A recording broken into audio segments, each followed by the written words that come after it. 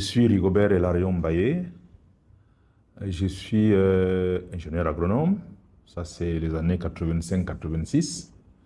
J'ai un master. Je suis également allé à l'université de Bloemfontein en Afrique du Sud pour un PhD. Et j'ai travaillé longuement à la recherche agricole, 16 ans. J'ai travaillé à la vulgarisation agricole, 9 ans. PNVRA, j'étais le responsable national de suivi et évaluation. J'ai travaillé à l'enseignement agricole 5 ans.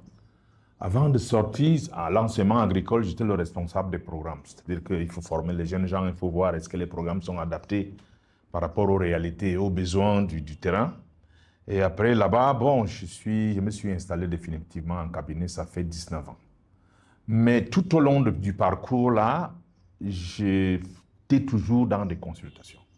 Donc, j'ai eu le feeling des consultations très tôt dans ma carrière. Donc, en définitive, c'est près de 35 ans que je suis dans le domaine des réflexions pour aider à construire, pour aider à bâtir, pour aider à former, pour aider à évaluer.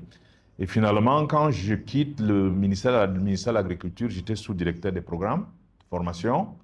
Et ça ne me plaisait plus. J'ai 50 ans, bon, moi, je suis parti. Et le drame, c'est que, pas le drame ou le bonheur, pour ceux qui restaient, personne ne m'a jamais rien demandé ou pourquoi je suis parti. Et personne n'a jamais coupé mon salaire jusqu'à ce que je sois parti, parce que ça leur fait du bien de donner ces postes-là à d'autres qui courent sur ça. Nous, on n'en voulait plus. Et puis, moi, je suis allé m'installer en cabinet. Et en cabinet, donc, 19 ans d'affilée, jour après jour. Je travaillais dans des coopérations. J'ai longtemps travaillé pour le Lagnos.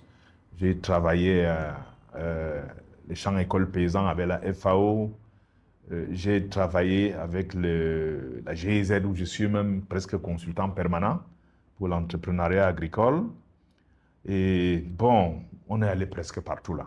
Donc, avec la Banque mondiale. Donc maintenant, là, on est en cabinet. Je suis ici actuellement au comité de gestion FAO-PAM pour les aider à organiser un atelier. Donc, au cabinet, bon, on fait des formations, des évaluations de projets, on fait des situations de référence, on fait des impacts environnementaux. Donc, c'est comme ça. Avec la BAD, on a travaillé. Actuellement, même nous attendons un paiement de ce côté-là parce qu'on a eu à faire des impacts environnementaux pour des abattoirs qu'on veut mettre en place.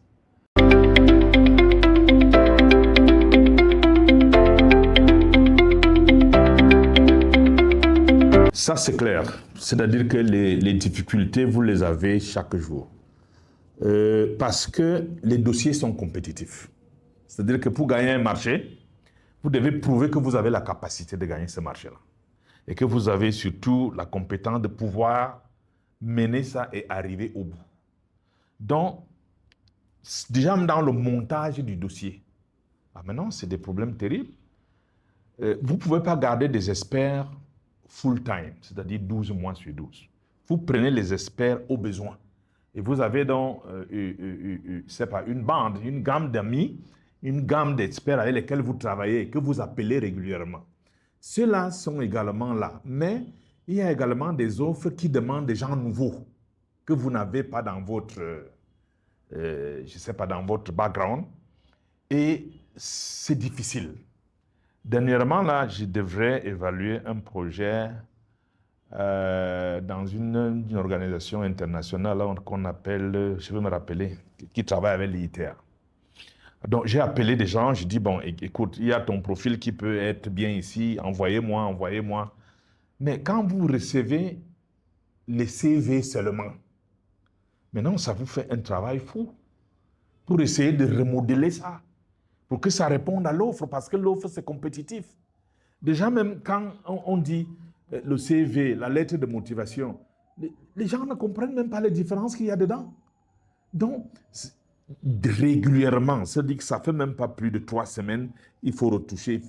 Et quand on sent qu'il y a tellement du travail sur ça, bon, on met à côté parce que bon, quelqu'un va t'envoyer un CV de 18 pages, tu ne peux même pas exploiter 4 pages. C'est pour ça, dans la plupart des offres maintenant, là, on vous dit, limitez-vous à 3 pages.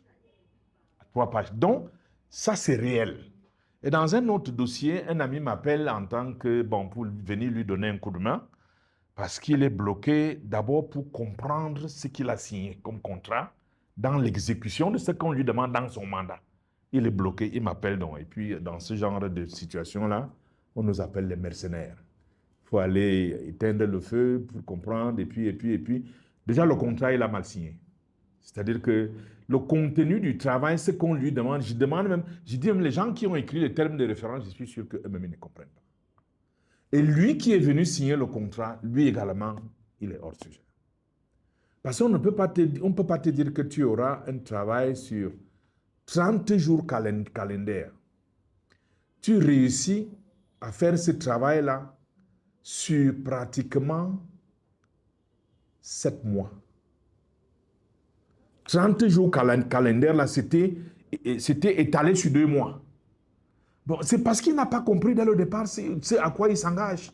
Donc, régulièrement, ce genre de problème-là, on les a parce qu'ils ont déjà signé le contrat. On les a également parce que le montant qu'ils ont signé là, ils n'ont pas, c'est trop petit. Ça ne peut même pas l'aider. Et également, le contenu du travail qu'on lui demande là, c'est trop exigeant. Donc, à la fois, ceux qui font les termes de référence, ceux qui veulent exécuter, ceux qui gagnent. Bon, et puis, tu te demandes comment c'est même passé devant la commission. Donc, même les commissions ont des problèmes. Et comme nous savons comment les choses se passent, nous, on n'a plus peur de dire quoi que ce soit aujourd'hui. Peut-être on va donner le dossier là à Didier, mais on n'a pas vérifié si Didier a les compétences. Et puis, vous avez donc ce genre de feedback-là, de retours, de rapports, qui sont compliqués à exploiter et ça bloque le développement des pays. Ça bloque le développement des projets, des structures, parce que vous êtes dans des documents qui sont montés à la limite avec des gens qui avaient aussi des limites. Même les termes de référence ont été faits avec des gens qui ont des limites. Mais vous rentrez dans la médiocrité et puis c'est bloqué. Le système est bloqué, on ne peut pas avancer. Or, on utilise ces documents-là. Les gens nous appellent dans les dossiers pour nous dire écoutez, nous voulons faire un terrain de football. Nous voulons aussi monter un hôpital. Nous voulons faire un abattoir. Bon, par ordre de priorité, même là, on ne connaît même pas par où on veut commencer. Bon, des trucs de ce genre-là. Bon, mais si tu guides les gars pour monter les abattoirs là et tu les guides mal, tu les orientes mal, et tu rentres même dans cette étude d'impact environnemental là, tu fais ça mal. Parce que les termes de référence, eux-mêmes ils n'ont pas compris, toi qui viens exécuter, on t'a aussi donné. Mais le projet est bloqué. On ne peut pas avancer, on reste dans la pourriture là comme ça. Et ça se sent aujourd'hui au Cameroun. La plupart des études sont bâclées. Depuis la conception, la plupart des projets. J'ai travaillé au PNUD, ça fait à peu près 15-20 ans, où on nous demandait pourquoi avec tant de projets qu'il y a eu et de financements, nous restons au niveau 0, pratiquement au niveau 0. Ils ne voulaient seulement pas dire au niveau peut-être 1 ou bien 1,5 et se graduer jusqu'à 10. Alors si tu es sur 1 ou 1,5 là, tu n'as rien fait. Parce que même les projets qu'on monte pour être exécutés, la plupart des projets sont mal montés. Le montage réel du projet, c'est mal monté. Je suis allé travailler dans un projet qu'on appelle le Carbab. Moi, je le cite, puisque, bon, c'est quoi le Carbab? On dit, ils développent des variétés de bananiers plantains pour mettre ça à la disposition de la sous-région, pour qu'on essaie d'augmenter la production de plantains. Le Cameroun est là, le Tchad est là, Centrafrique, le Congo est là, Malabo est là, et Gabon est là. On dit Malabo, c'est Guinée équatoriale. Bon, tu demandes seulement, bon, comme je vais descendre dans ces pays-là, d'abord c'était même avec toi que j'ai eu le dossier là. Comme je vais descendre dans ces pays-là, je vais d'abord aller à Ndjombe là, voir même les variétés là. Voir directement les variétés là, avant d'aller les voir sur le terrain, comment ça se comporte. Puis c'est un domaine que moi-même je maîtrise aussi, le domaine de la recherche. On arrive, je demande les variétés que vous avez développées, que vous avez envoyées dans les régions là, c'est où? Ils disent qu'ils n'ont pas encore... Non, ils sont en fin de sélection pour avoir ces variétés-là. Je dis, je m'en vais donc faire quoi dans les régions? Dans les différents pays? Moi, je croyais que je m'en vais voir ce que vous avez développé, comment ça prospère là-bas, et corriger. Bon. Mais comme c'est un dossier, moi j'ai signé le contrat, bon, moi je ne veux pas dire que je ne pars pas. Je pars et je vais voir ce qu'il y a, et puis pour leur donner des orientations. Pour dire que le genre de projet on avait travaillé au PNUD là, même si vous amenez n'importe quel expert derrière un dossier qui est mal monté, Ça ne peut pas marcher. Derrière un consultant à qui vous avez donné tel ou tel travail, qui n'a pas de l'expertise, qui n'a rien compris, parce qu'il y a beaucoup de choses, il faut savoir comment tu montes ton offre, comment tu fais le marché, comment les aspects contentieux, les aspects liés à l'éthique, les aspects liés à l'exigence des bailleurs. En conclusion, si vous avez un jury très compliqué à la fin, mais non, on ne réceptionne pas ça. Et là, j'avais trouvé des amis devant, ils me disent, Monsieur Mbaye, bon, il y a deux manières de parler. Vous pouvez dire qu'un verre est plein de moitié ou bien il est vide de moitié. Vous comprenez que quand on dit plein de moitié, ça sonne mieux à l'oreille. Quand on dit vide de moitié, donc on a...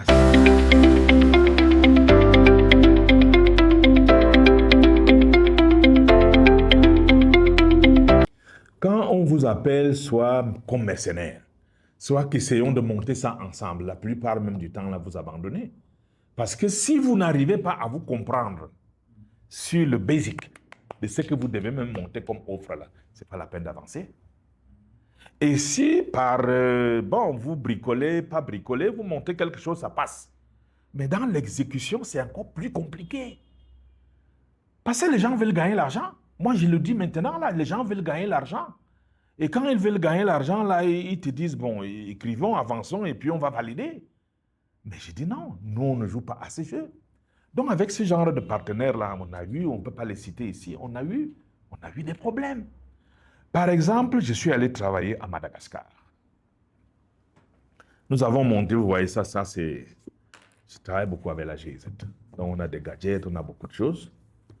Nous avons mis en place l'école d'entrepreneuriat agricole en Afrique, et vous connaissez ça. Et l'école d'entrepreneuriat se fait en 5 demi-journées avec les producteurs dans leur localité. Mais vous allez arriver dans des localités où les gens font 2 jours, ou après ils disent qu'ils ont formé les gars. 3 jours, ils disent qu'ils ont formé les gars. Je dis non, ce n'est pas les standards là-bas. Ce n'est pas comme ça qu'on fait. Les gars disent, Monsieur Mbaye, bon, ça aussi, bon, faut être un peu indulgent aussi, non? Bon, non, ça ne peut pas se passer. Je suis allé travailler au sud-ouest, toujours dans l'école d'entrepreneuriat agricole, là, pour former des jeunes gens. Les gens ne prenaient rien au sérieux.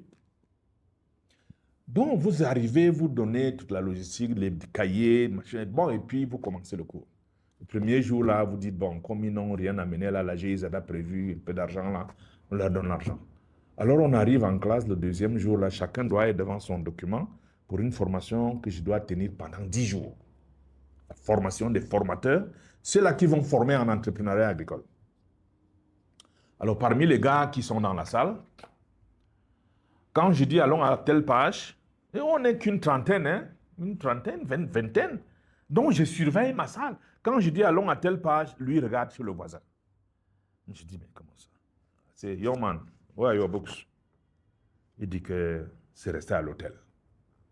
Il dit, tes books sont restés à l'hôtel comment? Et l'hôtel a un pas comme juste en face de la maison de la radio là.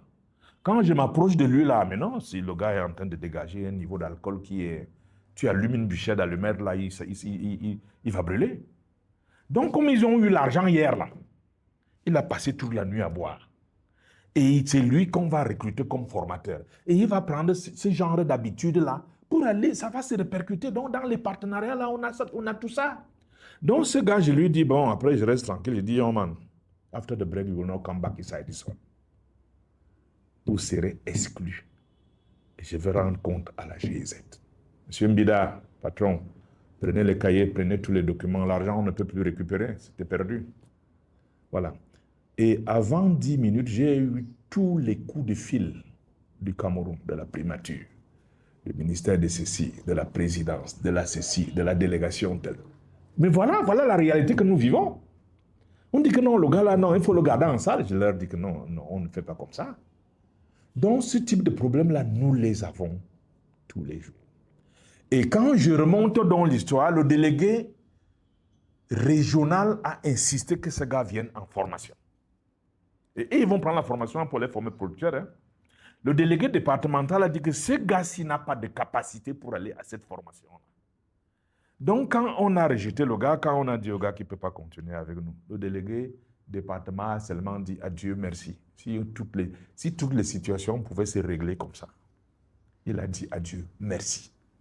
Donc, les partenariats, on ne peut pas faire une étude seule, même les gars qu'on recrute, c'est-à-dire les gars sur le terrain, vous les formez sur le terrain là-bas, il faut une ligne de conduite. Il faut une ligne de conduite qui doit amener les gens à un niveau qui est acceptable pour pouvoir produire des documents qui peuvent aider dans les projets.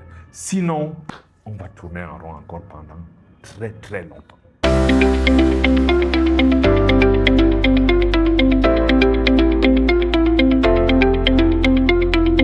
Moi, je dis la certification, c'est une idée géniale. Hein. C'est vraiment, Didier, vous ne cesserez jamais de m'épater. C'est une idée géniale. Ma conviction, je l'ai toujours dit, je vais finir par la formation des jeunes. La formation des jeunes parce que tout est dégradé dans notre pays là. Tout. Et quand je parle des jeunes, donc, je dis déjà oui. Pas seulement les jeunes, parce que, bon, quelqu'un peut être jeune dans une formation, hein, parce que lui, il entre dans cette formation-là. C'est également un aspect de la jeunesse. Donc, nous, on est disposés à travailler avec vous. C'est parce que c'est même quand je suis sorti du ministère de l'Agriculture que j'ai senti que je rends service à l'humanité. Ah mais non, parce qu'au ministère de l'Agriculture, c'est compliqué. Tu vas discuter avec un chef, il veut te faire gober tes idées. Ce n'est pas ça. Dans le milieu de consultation, ce n'est pas ça. Donc, la certification est absolument obligatoire. Nous allons arriver à ça, même si c'est demain, dans 5 ans ou dans 10 ans. C'est-à-dire que avant de confier des dossiers aux gens, on va demander la certification. Que vous avez quel niveau? Vous avez... Parce que nous ne pouvons pas chercher à développer notre pays dans la médiocrité.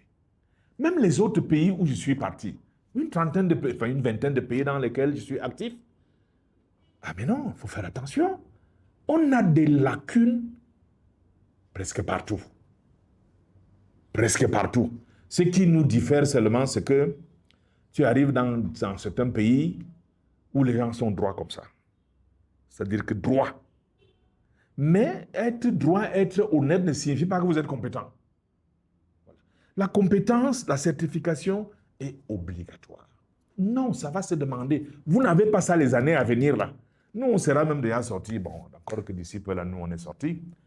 En parlant là, moi-même, je n'ai pas la certification. Nous, on est rentré dans le milieu, on a acquis de l'expérience, on a fouillé, on s'est formé avec le background de la recherche. Il faut rechercher les documents, il faut, pour qu'on arrive au niveau où nous sommes aujourd'hui. Bon, il y a des joueurs de football qui démarrent là, peut-être il a le CP, BPC ou trop là.